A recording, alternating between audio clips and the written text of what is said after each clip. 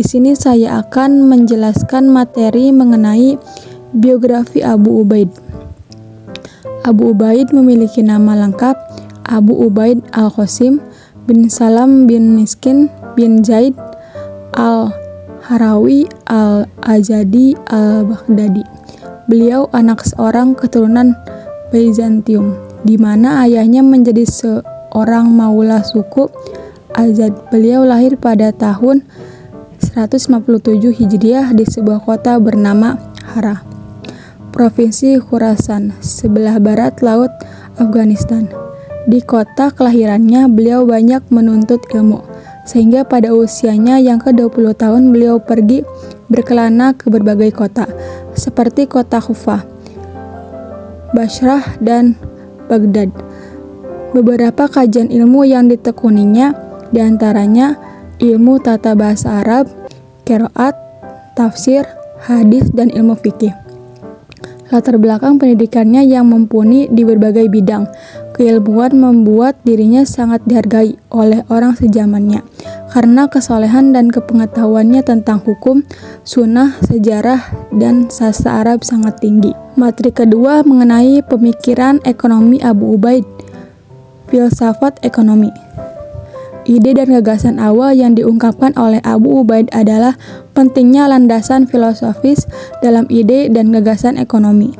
Menurutnya, filosofis ekonomi adalah pondasi utama yang mencakup pemikiran ekonomi makro dan mikro.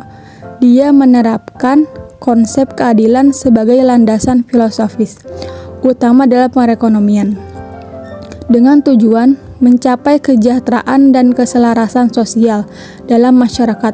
Abu Ubaid juga mendukung kewenangan pemerintah dalam menerapkan kebijakan pembagian tanah taklukan dan tarif pajak tanah dengan menekankan kesetaraan dan keadilan dalam pemungutan dan penyaluran pajak. Di sini saya akan menjelaskan bagian C, yaitu dikotomi masyarakat desa dan masyarakat kota. Abu Ubaid memainkan peran keadilan pada tatanan administrasi masyarakat, di mana kaum Baduy, masyarakat desa, tidak mendapat bagian dari manfaat fa'i, sementara kaum urban disebabkan tidak adanya keikutsertaan mereka dalam melaksanakan kewajiban pemerintah. Namun, pada kesempatan lain, kaum Baduy hanya dapat mengklaim sementara pendapatan fa'i waktu tertentu. Adapun yang menjadi kelebihan kaum urban yaitu yang pertama, kaum urban ikut serta mengelola pemerintahan yang berkaitan dengan administrasi negara. Yang kedua, menjaga dan memperkokoh persatuan dan kesatuan pertahanan sipil negara melalui pengorbanan jiwa dan raga bahkan harta mereka. Yang ketiga itu menyelenggarakan sistem pendidikan Al-Quran dan Al-Sunnah dan menyebarkan keunggulan kualitas isinya. Yang keempat yaitu mengedepankan nilai-nilai partisipasi demi terwujudnya keselarasan sosial melalui pemberlakuan hudud. Yang kelima yaitu menjadi suri tauladan dalam hal universalisme. Selanjutnya saya akan menjelaskan bagian D, kepemilikan kebijakan pertanian. Abu Ubaid berpendapat tentang hubungan antara kepemilikan dengan kebijakan perbaikan pertanian, yaitu yang pertama ada ikhta, merupakan lahan yang diamanahkan oleh kepala negara untuk dikuasai dan dikelola masyarakat dengan mengabaikan kepemilikan masyarakat yang lain. Kebijakannya adalah mengambil kembali tanah yang diberikan akibat ditinggalkan pemiliknya. Yang kedua yaitu ada ihya al-mawat, merupakan mengembalikan fungsi tanah-tanah yang tidak dikelola, tidak terairi, dan tidak menghasilkan manfaat. Maka negara boleh mengambil alih tanah tersebut dengan tujuan dapat dipergunakan oleh kepentingan umum dalam rangka memberikan kemaslahatan kepada masyarakat. Yang ketiga yaitu ada hima atau perlindungan, merupakan lahan kosong yang digunakan sebagai tempat mengembala ternak dan dilindungi oleh negara serta dipergunakan untuk kemaslahatan masyarakat. Saya di sini akan menjelaskan bagian E tentang relevansi pemikiran ekonomi Abu Ubaid di Indonesia. Abu Ubaid dalam bukunya Kitab Al-Amwal telah mengemukakan dasar filosofis ekonomi yang berlandaskan konsep keadilan.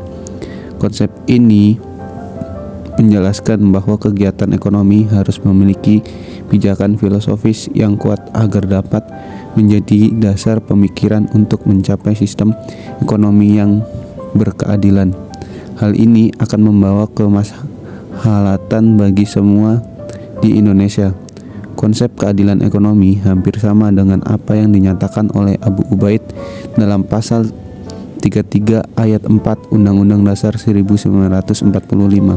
Ditegaskan bahwa perekonomian nasional harus didasarkan pada demokrasi ekonomi dengan prinsip kebersamaan, efisiensi, berkeadilan, berkelanjutan, berwawasan lingkungan, kemandirian, serta menjaga keseimbangan kemajuan dan kesatuan ekonomi sosial. Dan di sini saya juga ingin menjelaskan bagian F, perbandingan konsep pemikiran Abu Ubaid Al-Qasim dan Adam Smith.